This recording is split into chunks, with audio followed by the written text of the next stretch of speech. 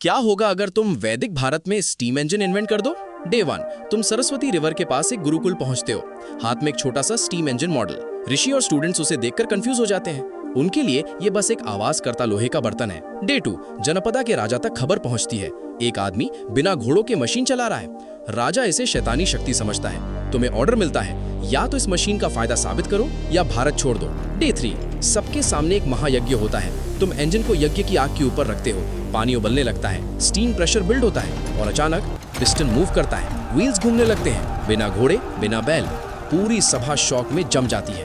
Day 4, तुम्हें विश्वकर्मा कहा जाता है। राजा तुम्हें कॉपर, लकड़ी और कारीगर देता है और तुम बनाते हो दुनिया का पहला स्टीम पावर्ड रथ।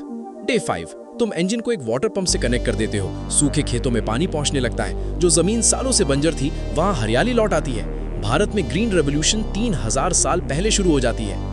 डे 6, अब स्टीम पावर्ड शिप्स समुद्र में चलने लगते हैं। वैदिक भारत का ट्रेड दुनिया भर में फैलने लगता है और फिर हिस्ट्री चेंज हो जाती है। इंडस्ट्रियल रेवोल्यूशन यूरोप में नहीं, भारत में शुरू होती है। डे 7, जो युग कभी वेदों और मंत्रों के लिए जाना जाता था, अब high speed rail, mechanised farming और जाइंट स्टीम सिटीज के लिए फेमस है। तुम आयरन ट्रैक्स को होराइजन तक जाते देखते हो और समझते हो हिस्ट्री बदलने के लिए कभी-कभी सिर्फ एक चिंगारी ही काफी होती है। क्या होगा अगर तुम वैदिक भारत में स्टीम इंजन इन्वेंट कर दो? डे 1, तुम सरस्वती रिवर के पास एक गुरुकुल पहुंचते हो।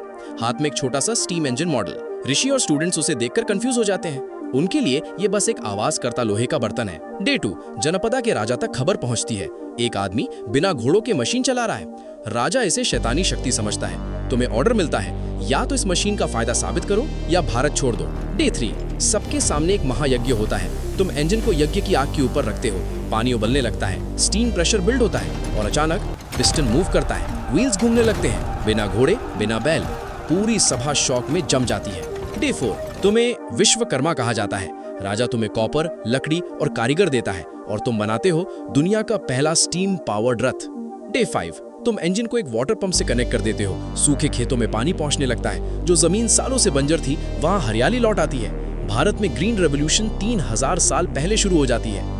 डे 6, अब स्टीम पावर्ड शिप्स समुद्र में चलने लगते हैं। वैदिक भारत का ट्रेड दुनिया भर में फैलने लगता है और फिर हिस्ट्री चेंज हो जाती है। इंडस्ट्रियल रेवोल्यूशन यूरोप में नहीं, भारत में शुरू होती है।